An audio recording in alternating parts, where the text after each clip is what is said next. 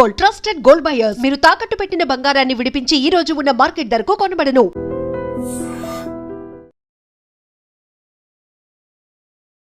నమస్తే, welcome back to IT media. నేను మీ ఝాన్సీ. మన ఆయుర్వేదం ప్రోగ్రామ్కి అందరికీ స్వాగతం. మీ ఆరోగ్యాన్ని కాపాడే ప్రయత్నం మేము చేస్తున్నాము. మేము చెప్పిన మీరు పాటించండి, చక్కగా ఆరోగ్యంగా ఉండండి.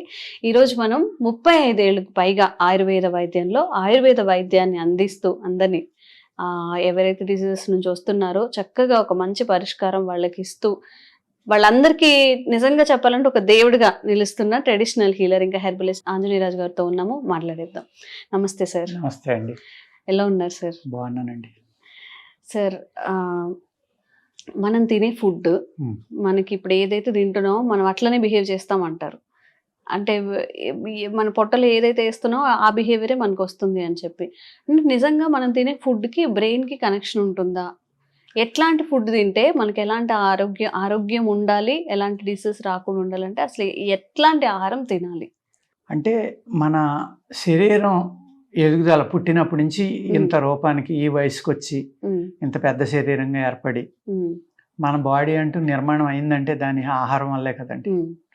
అందుకనే ఆహారం అనేదే మోస్ట్ ఇంపార్టెంట్. చిన్నతనం నుంచి పెద్ద అయ్యే వరకు కూడా ఆహారం వల్లే మన ఎదుగుదల కానీ, మన ఆలోచన కానీ, మనకు వచ్చే డిసీజెస్ కానీ అన్నీ కూడా దాని మీద ఆధారపడి ఉంటాయండి. పూర్వకాలం 2 సార్లు తినేవారండి, లేకపోతే 3 సార్లు. 3 సార్లు కూడా ఏంటి, బాగా పొలంలో కష్టపడి పనిచేసేవాళ్ళు సద్దన్నం తిని మళ్ళీ మధ్యాహ్నం తిని సాయంత్రం తినేవారు. వాళ్ళు వర్క్ చేయడం వల్ల తిన్నది అరిగిపోతుంది తొందరగా. మిగిలిన వాళ్ళు ఏంటంటే ఇంట్లో కూర్చునే వాళ్ళు, పెద్దగా కష్టపడిన వాళ్ళు అందరూ కూడా ఉదయం 7-8 తినేస్తే మళ్ళీ రాత్రికే తినేవారమ్మ. తర్వాత టీలు ఇలాంటివి వస్తే ఏమన్నా ఒక టీ తాగిపోరేమో. అంతకు ముందర ఆ సిస్టమ్ కూడా లేదు. ఎప్పుడైనా పండగ వస్తే రకరకాలు, పండగ అంటే ఇంక పండగలాగే ఉండేది. ఇప్పుడు డబ్బున్నవాడికి రోజు పండగే, అన్ని రకాలు దొరుకుతున్నాయి, అన్నీ కొనుక్కుంటున్నారు. ఎప్పుడైతే అన్నీ కొనుక్కొని తింటాం మొదలు పెట్టారో అప్పుడే పోయిందమ్మా ఆరోగ్యం. ఎందుకంటే అప్పట్లో కాలమాన పరిస్థితులను బట్టి, వాతావరణాన్ని బట్టి ఆ వచ్చిన పండగ ఏ కాలంలో వచ్చిందో దానికి సరిపడి ఒక పిండి పదార్థాలు కానీ, స్వీట్లు కానీ, హాట్లు కానీ చేసుకొని తినేవాళ్ళు. ఒక మెడిసిన్ లాగా మనకి చేశారమ్మా. అది ఆ టైంలో ఈ బాడీకి ఏం కావాలి, ఈ పండగకి ఈ వాతావరణం ఎలా ఉంది, చలిగా ఉందా వేడిగా ఉందా, ఇప్పుడు ఏ పదార్థం తింటే శరీరం ఆరోగ్యంగా ఉంటుందని ఆలోచించి దాన్ని ఒక పిండి వంటగా కానీ, ఒక హాట్గా కానీ దాన్ని అరేంజ్ చేయటం జరిగింది. ఇప్పుడు 365 రోజులు అన్నీ దొరుకుతున్నాయి. అవి కాకుండా అన్ని దేశాల ఆహారాలు దొరుకుతున్నాయి. రుచులు పెరిగిపోయినాయి. 2 సార్లు తినేది 4-5 సార్లుకి వెళ్ళాం. ఎప్పుడైతే ఈ అతిగా ఆహారం తింటున్నామో, మనం అక్కర్లేని ఆహారం తింటున్నామో, అప్పుడే మన బాడీ ఆల్కలిన్ నుంచి ఎసిడిక్ నేచర్లోకి వెళ్ళిపోయిందమ్మా. అంటే మంచిగా న్యూట్రల్గా ఉండి బాడీ సమాంతరంగా అన్ని ఫ్లూయిడ్స్ రిలీజ్ అయ్యి బాడీ ఏమైందంటే యాసిడ్ బాడీ కింద మారిపోయింది. ఎప్పుడైతే యాసిడ్ బాడీ కింద మారిపోయిందో అప్పుడు మీ బాడీ ఆటో ఇమ్యూన్ ప్రాబ్లమ్స్ అన్నిటిని ఇన్వైట్ చేస్తుంది బాడీలోకి. యాసిడ్ బాడీ కింద మారకూడదు అంటే ఏం చేయాలి? ఫస్ట్ చేయవలసింది మనం జంక్ ఫుడ్ మానేయటం. సెకండ్ 2 సార్లే తింటాం. ఆ 2 సార్లు కూడా మీరు గంట తినండి, ఏం పర్లేదు, కడుపు నిండా తినండి. తక్కువ తినాలని లేదు, ఎక్కువ తింటే బలిస్తారు అనేవి కూడా లేదు. చక్కగా 100 గ్రాములు కూడా పెరగకుండా రోజు 8 తిన్నా కూడా, ఎక్కడైనా రేర్గా ఒక్కొక్కరు పెరగచ్చు అలా తిన్నా కూడా. అందుకు అందరూ పెరిగిపోతున్నారా, లేకపోతే నేను తింటే పెరిగిపోయాను మిగిలిన వాళ్ళు పెరగలేదని మీరు అలా చెప్తారు అని అడగచ్చు. ఇది ఏదైనా కానీ 100కి 100 మందికి కాదమ్మా చెప్పేది. ఒక 80, 90, 99 అలా 100% అనేది ఎక్కడ ఉండదు. ఈ ఆహారం జాగ్రత్త తీసుకోవడం వల్ల ఎప్పుడైతే మీ బాడీలో చక్కని ఇమ్యూనిటీ ఉందో, ఈ తిన్న ఆహారం బాగా అరిగి మీకు ఇమ్యూనిటీ డెవలప్ అవ్వాలంటే వ్యాయామం కంపల్సరీ. అది ఏ రకమైన వ్యాయామం అవనండి, ప్రాణాయామం అవనండి, యోగా అవనండి, ఇంకోటి అవనండి, సైక్లింగో, రన్నింగో, వాకింగో, ఏదైనా కానీ వ్యాయామం అనేది ఉన్నప్పుడే శరీరం గట్టిగా ఉంటుంది. ఏ విధంగానే అంటే వ్యాయామం చేయటం వల్ల మీరు ఎక్కువగా ఆక్సిజన్ తీసుకుంటారు కాబట్టి ఆక్సిజన్ అనేది మీ నరాలన్నిటిలోకి బ్లడ్ ద్వారా సర్క్యులేట్ అవుతుంది కాబట్టి అక్కడున్న సెల్స్ అన్నీ కూడా మన కంటికి కనపడే సూక్ష్మాతి సూక్ష్మమైన సెల్స్, అనేక సెల్స్, కోటాను కోట్లు, అసలు మన అంకికి అందనన్ని సెల్స్ మీ బాడీలో పనిచేస్తేనే మీరు ఇలా ఉన్నారు ఆరోగ్యంగా. సేమ్ టైము మెటల్స్ కూడా చాలా ఇంపార్టెంట్. ఉమ్, బాడీలో ధాతువులు అంటాం, దాన్ని మినరల్స్ అంటున్నారు. ఇప్పుడు ఉమ్, మేము తెలుగులో మెటల్స్ అంటాం. అందుకనే ఆయుర్వేదంలో అన్ని రకాల మెటల్స్ వాడారండి. ఉమ్, మెటల్స్ బోన్స్ గట్టి పట్టడానికి కావాలి. బోన్స్ గట్టిగా ఉన్నంతసేపు మీకు అనారోగ్యం రాదు తొందరగా. ఉమ్, మజిల్ గట్టిగా ఉన్నంతసేపు అనారోగ్యం రాదు. ఉమ్, అట్ ద సేమ్ టైము మీరు ఆహారం మితంగా సరిపడి తినటం వల్ల ఏమవుతుందంటే మీ గట్లో ఉన్న బ్యాక్టీరియా బాడీ అంతా స్ప్రెడ్ అయ్యి ఉమ్, మీ బాడీలో ఏదైతే టీ సెల్స్ కావాలో, ఇమ్యూనిటీ సెల్స్ కావాలో వాటిని పుట్టిస్తుంది. ఉమ్, ఎప్పుడైతే మనం జంక్ ఫుడ్ బయట ఎప్పుడు చేశారో తెలీదు, ఎన్నాళ్ళకి వచ్చిందో తెలీదు. ఉమ్, ఒక సబ్వే ఉందమ్మా, నేను వెళ్ళాను ఎప్పుడు పిల్లలు తీసుకెళ్తే, మన బయోడైవర్సిటీ కాన్ఫరెన్స్ ఏదో అయితే అప్పుడు ఫుడ్ తిందామంటే బయట అక్కడ కూడా ఫుడ్ ఉండేది. బయటికి ఫుడ్ కోసం వస్తే ఉమ్, ఆ సబ్వేకి వెళ్తే అక్కడ ఏంటిది అంటే అమెరికా నుంచి వస్తాయి ఇక్కడ అన్నీ, ఉమ్, లేకపోతే బయట దేశాల నుంచి వస్తాయి, పచ్చి మాంసం పచ్చి కూరలో బ్రెడ్లో పెట్టిస్తాడు అన్నారు. ఉమ్. మీకు దండం బాబు. ఓకే. అసలు ఎప్పుడు వండే అది ఏ దేశం నుంచి ఎప్పుడు వాళ్ళు కట్ చేశారు దాన్ని, ఆ, ఎన్ని నెలలకు మనకు వచ్చింది, ఎన్ని రోజులకు వచ్చింది, అది ఇప్పుడు మనం పచ్చి తింటాం. ఉమ్, ఏంటిది? ఉమ్, నేను చాలా ఆశ్చర్యపోయాను. నేను ఒక విధంగా అది సైకలాజికల్గా అది తింటున్నాం అంటే మనం ఏ స్థితిలో ఉన్నామో నాకు అర్థం లేదమ్మా. డెడ్ ఫుడ్స్ అంటారు కానీ ఇప్పుడు మాంసం తింటే డెడ్ ఫుడ్ అంటారు కానీ మరి అది ఏ ఫుడ్స్? అది ఎన్ని నెలల క్రితం కోసారు అక్కడ. ఇండియాకి ఎప్పుడు వచ్చింది? ఇండియాలో మళ్ళీ హైదరాబాద్కి ఎప్పుడు వచ్చింది? ఆ షాప్కి ఎప్పుడు వచ్చింది? ఎంత కలుపుంటారు అందరూ? మనం ఎప్పుడు తింటున్నాం? అన్ని రోజులు నిల్వ ఉండడానికి. అంతే కదమ్మా.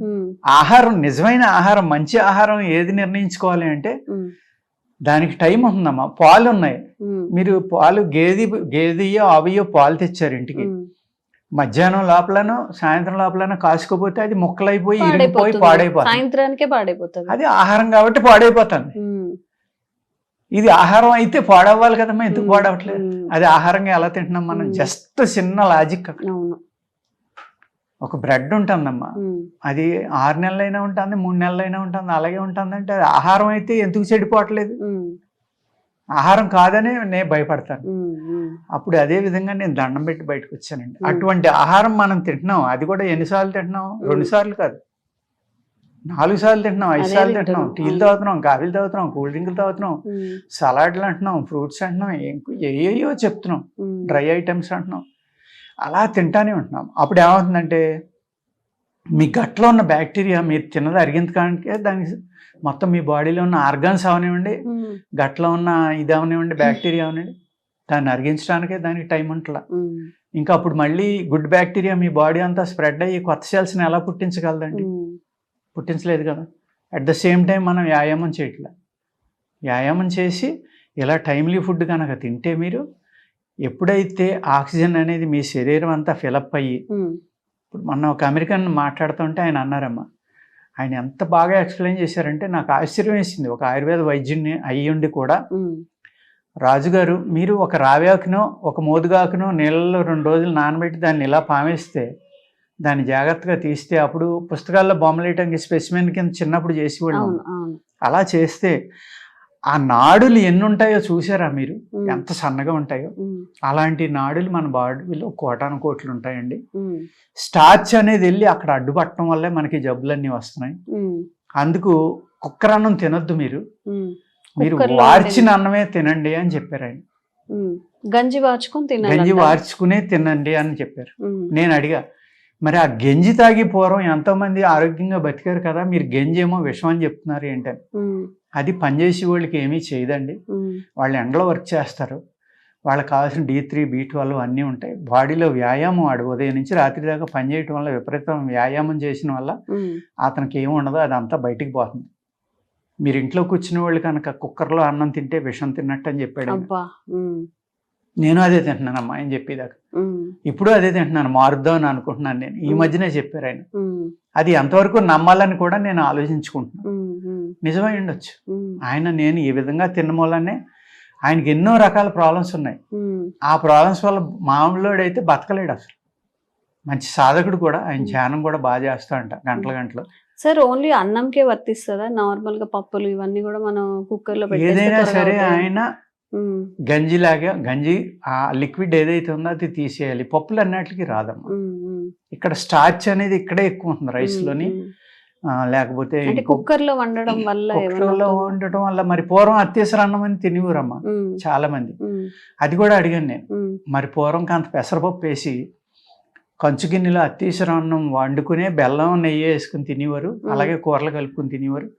మరి వాళ్ళందరూ 90 ఏళ్ళు 100 ఏళ్ళు బతికారు, ఫ్యాట్ లేకుండా, అనారోగ్యం లేకుండా. ఆ రోజుల్లో ఫుడ్లో అన్నీ ఉన్నాయి, వాళ్ళు ఏమీ లేవు. మనం తినే దాంట్లో విటమిన్స్ ప్రోటీన్స్ ఏమీ లేవు, భూమిని పూర్తిగా పాడు చేశారు కాబట్టి మనకు కావాల్సిన ఆహారంలో రావట్లేదు.